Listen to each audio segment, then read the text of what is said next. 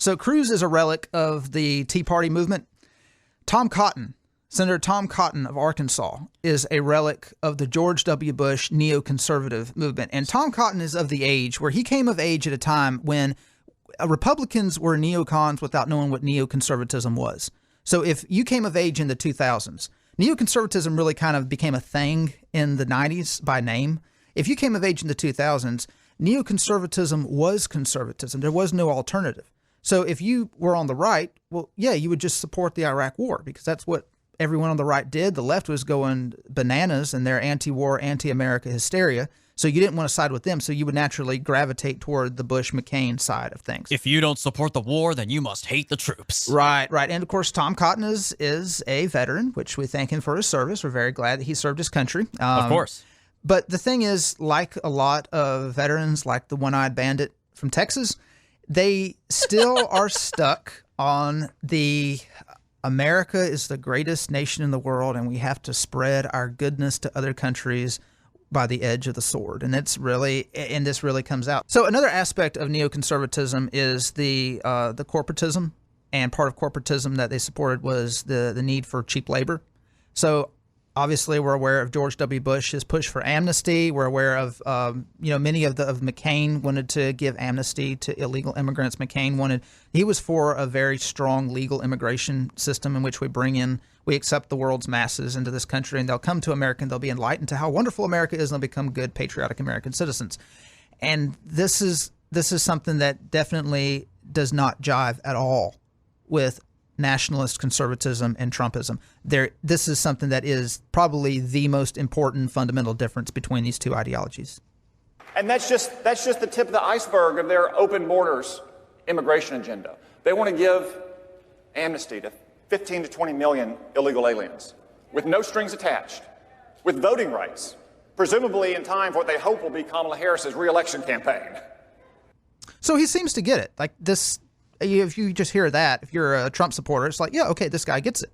But now I've got news for the Democrats again. Turns out this open borders agenda is not very popular. You can see that in the polls about Joe Biden's plans. 2020 was one of the best elections we've ever had, with Hispanic voters in particular and with immigrant voters in general. It reminds me of a story a friend of mine back home told me. He works with a first-generation immigrant named Manuel. Manuel told him, "My wife and both my boys and I all voted for Donald Trump." And my friend said, "Oh, you didn't vote for Donald Trump?" And Manuel said, "No, we voted for Trump." And my friend said, "Why'd you vote for Trump?" And Manuel pointed at the parking lot and he said, "Have you seen my new pickup truck?" And he said, "Did you know that both of my boys have full-time jobs now?" And he said,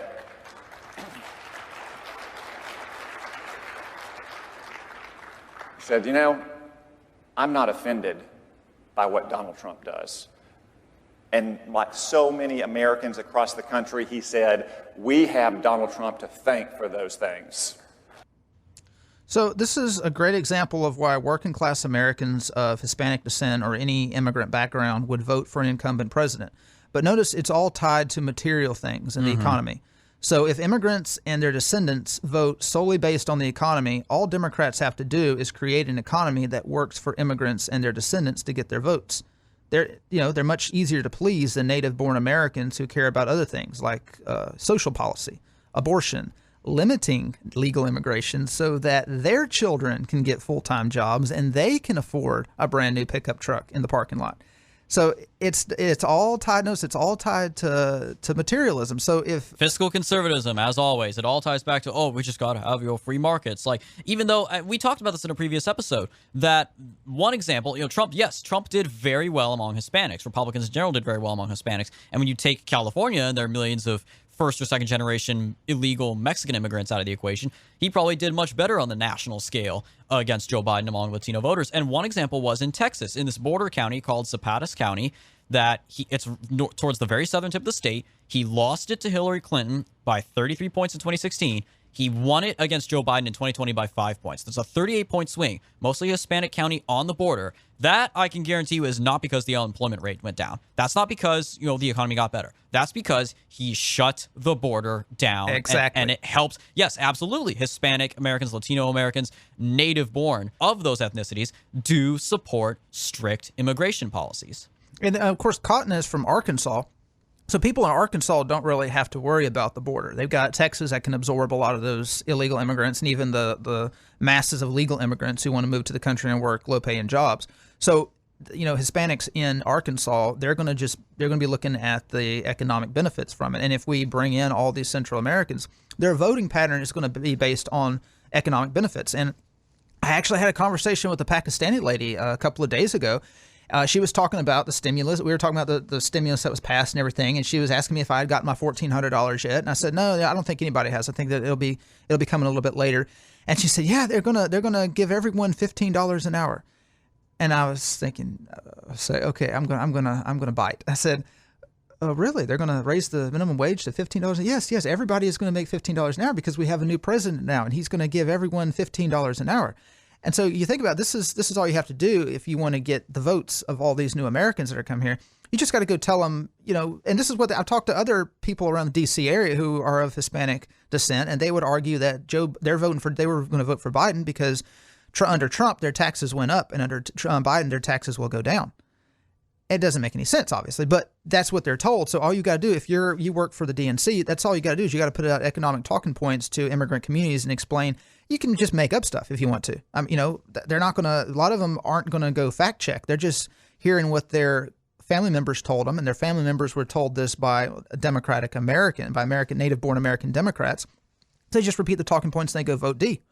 And this is if it's all based on the economy and it's not based on anything else.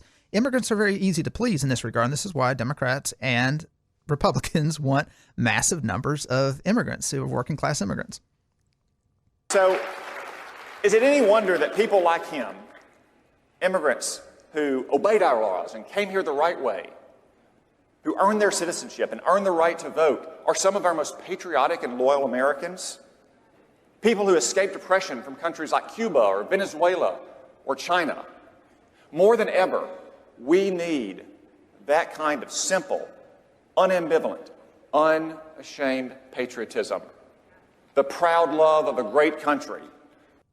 So Tom Cotton is making the most brazen argument for massive legal immigration that I've ever heard by a Republican senator. He's basically it's almost like he's trying to convince America First nationalists that we need more legal immigrants because they're patriotic. They've recognized oppression from where they come from, and they're going to appreciate a great country, and they're going to become great American patriots who are going to vote for politicians like Donald Trump. But he's using communist countries or semi-quasi-communist countries like Venezuela as an example. And again, this goes back to the Cold War mentality. During the Cold War, we welcomed immigrants from communist countries because we recognized that they were fleeing oppression. The Cold War is over. We don't need to support the poor, downtrodden people of Eastern Europe who are trying to escape oppression anymore. We're not facing down the Soviet Union. We're not in an ideological fight to try to convince the world that capitalism is better than communism. So maybe Manuel is patriotic for America, but I've had another encounter with an immigrant from Mexico. This was actually 4 years ago, right after I moved to the D.C. area. He was an Uber driver, and he had on his arm, he had tattooed "We the People" in the script that the Declaration of Independence is written in. And I thought, hey, I like your tattoo. It's pretty neat. He said, yeah. And he was talking about how much he loves America, about how much opportunity you can find in America, how he's made so much money in America, how you got freedom and liberty. And he was all the good talking points. He was a hardcore conservative, great patriotic guy. But he mentioned something else that made me think. He said, my family doesn't like this. I said, what, the tattoo? He said, yeah, they don't like the tattoo. I get a lot of grief from them for having this tattoo on. I said, your family back in Mexico? No, my family here. And I thought, wait a minute. So I said, why does your family not like it? Oh, they think that America is racist. They think that the Declaration of Independence is racist. They don't like that I tattooed it on my arm. So his family moved to the United States from Mexico, became legal immigrants. They're probably voting citizens, and they believe that our founding document is racist, and they're pissed off that their family member who also lives here tattooed it on his arm because he wants to show that he's a patriotic American.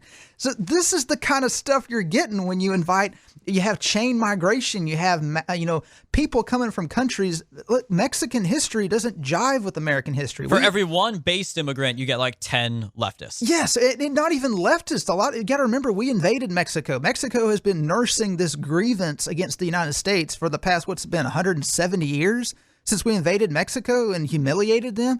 So a lot of people, if you just let in masses of people from other countries, same with India. A lot of Indians are still nursing grievances against the West, even though we had nothing to do with that, just because they were colonized by Britain. So this is something that you have to take into consideration, that these people, they're not, we think of immigrants, Republicans think of immigrants as a bunch of Cubans fleeing Castro. That's a very, very tiny percent of immigrants who come from other countries. And Tom Cotton just doesn't get it. Maybe he does get it, and he's just being facetious, trying to undermine the America First agenda. I don't really know. Because America truly is a great country, it is worth fighting for, it is worth dying for, and it is worth defending our history. These radical liberals, they want to erase our history. They want to replace it with their crazy Marxist theories. They may say that it's about the Civil War or racism. Don't believe them. Look at what's happening in San Francisco. They're trying to rename schools named after George Washington and Abraham Lincoln. So if all immigrants care about is whether they can buy a brand new truck and their boys can get full-time jobs, they're not going to care if people tear down statues of American history or rename schools. They're just here for the money. As long as the protesters in the streets don't harm them or their property or their families, they're good. They don't have any kind of emotional attachment to Abraham Lincoln. Who's Abraham Lincoln to them? Abraham Lincoln is nobody to immigrants who move here. Again, they're moving here for the money. They don't care about, they have their own history. They have their own national heroes from the country they came from. Now, their children and grandchildren will honor American heroes. That is, the heroes that they're taught to honor in American schools, which is why it's so important that we dominate American history in the classroom and we don't let the left redefine American history and American heroes. But the point he's trying to make is lost. He's trying to tie in the desire to bring in more legal immigrants and try to open up conservatives to being open to legal immigration, to tie it into defending our history. The two don't jive. Like, you can't have and it goes all the way back 100 years ago. Italian immigrants, they didn't care who George Washington was. Irish immigrants, they couldn't care less who Thomas Jefferson was. Now, their descendants eventually became patriotic Americans who loved George Washington, Abraham Lincoln, and Thomas Jefferson because American schools nationalized them. But in the current situation where American schools aren't nationalizing anybody, in fact, they're denationalizing Americans, even Americans whose ancestry goes back to the 1700s, then it's dangerous to bring in mass numbers of immigrants, because not only are the immigrants themselves just going to be here for the money, they're not going to care if statues are being torn down. Their children are probably going to join in with the crowds and pull down the statues. So the two don't really make any sense to combine them together. But that is the neoconservative, or the neoconservative Tom Cotton.